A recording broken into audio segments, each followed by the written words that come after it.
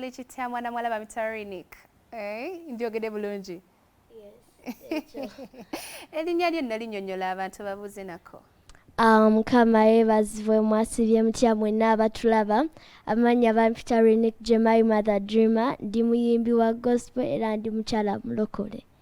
Yes. Ngenda kuvuga speed nnyo ddala. Rinic, oluyimba olwo Keep on Moving lwetandikiddemu. Oluwulira otya?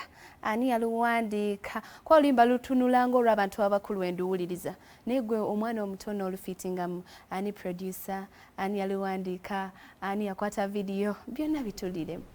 Producer Yesu era nga yaluwandiika bamuyita Exo Apostle ne yalukwata video bamuyita empya. Ani yagamba nti oluyimba olwosobola olukola?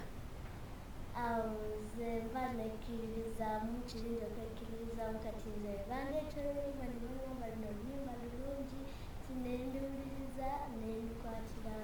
How old are you? 11 years. 11. Class ki? Primary 5.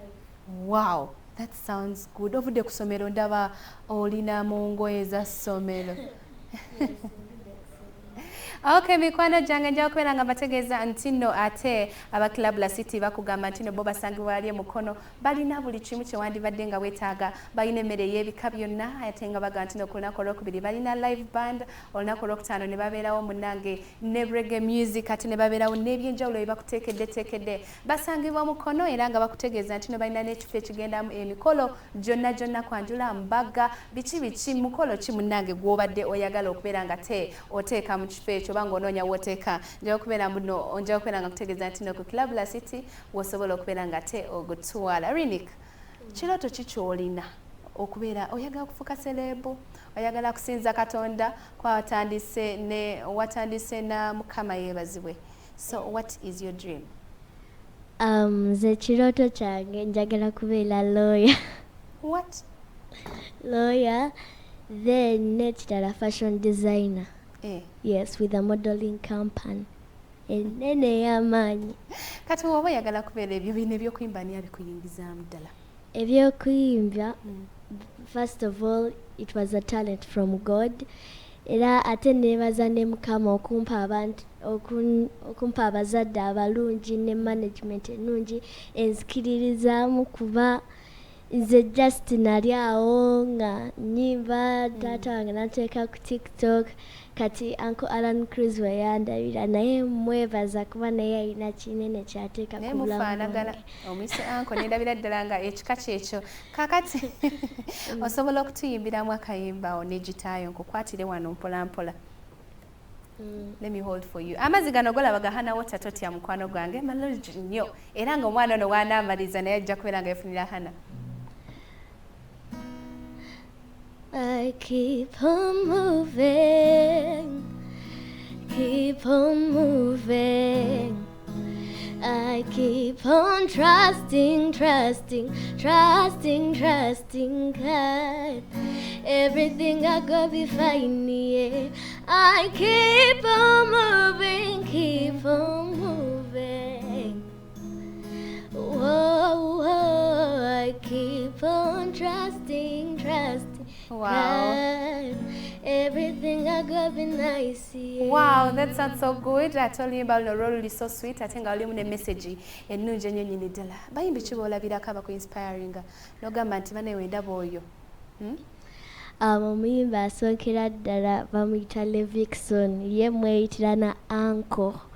Then omulala bamuyita Copy Bly, then Exodus, Pastor Bugembe, Morgan Isaac, bayimbi bangi nnyo. Era bonna oyogedde ba gospel kwa mwoli. Era ndi mukyala mulokole era nga nnyimba gospel music yokka. Obalansinga otya music n'okusoma?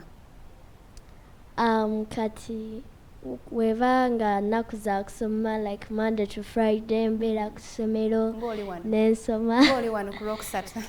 Anti mbadde nnina ekintu eky'amaanyi ekinneetaagisa ate nga n'okusoma nkyetaaga n'ekirala nga nkyetaaga kati shobola basaaluse lonna ne ngamba kansomeko kitundu. Abaana eyo tebakwenyumirizaamu ne bagamba njagala kubanga Rinic? bangi nnyo nnyo era abaana abasinga bajja ne bakubuuza okikola otya n'obagamba it is a talent ate n'ekirala si nti buli omu muyimbi tomanya nga gwe talent y'okuzannya mupiira. Yes. Talent ogyogedde ani akuteekamu ensimbi? Management yange bagiyita batya? Sprout Management. Shouts out to Sprout Management. Mwebale kubeera nga temunange muyambako omwana ono ekitone kye. Management eno gyebaddemu kumala bbanga ki? Ndudde nayo naye emyaka gya togimanyi. Okay. Abaana abato bali bangi eyo nga balina talent yo bawe message otwenani gwe wandyagadde okuba nga ate oyimbako naye. Nsindikira abaana bato message abalina talent nga gwe. Soko tubulirani gwe wandyagadde okuyimbako naye. Omuyimbi gwe nandyagadde oyimbako naye ye Pastor Bugembe. Gyali eyo message etuuse Pastor Wilson Bugembe omwana ono agambye ayagala okuyimbako naawe. Ate abaana bawe message mbeere nga nkuta. Abaana bonna nze mbagamba temuggwaamu ssuubi wandibadde tolina kusapootinga ng'oyagala beera nga omuyimbi nga nze obaani toggwaamu ssuubi naawe osobola okukikola. Nyiikira bunyiikizi osabe Mukama ajja kukolera kyonna ky'oyagala. Okay. Abazadde abaliyo nga bagamba sooka osome. Ekitone takyagalirako ddala yadde tayagala nakisapootinga bo bagamba otya? Bo mbagamba basapootinga abaana baabwe.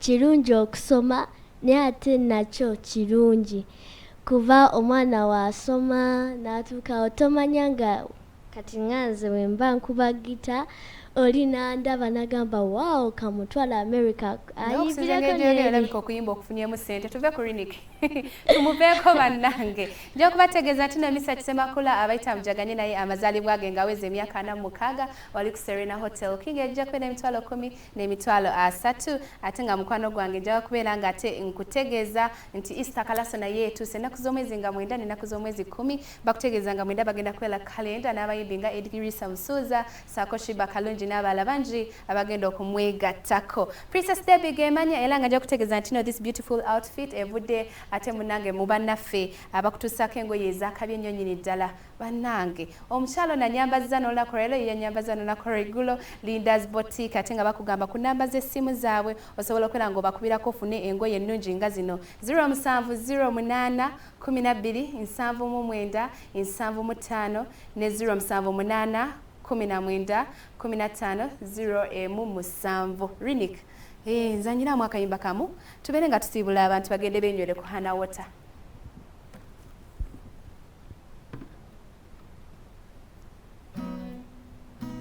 Dreamers like you and I never give up. They look for opportunity, no problem to make dreams a reality. Yeah. I will never give up. I will always rise up, one step to another. Bye-bye, my beautiful people. Okay, thank you. Masibulidana mukwano gwange. Bye-bye.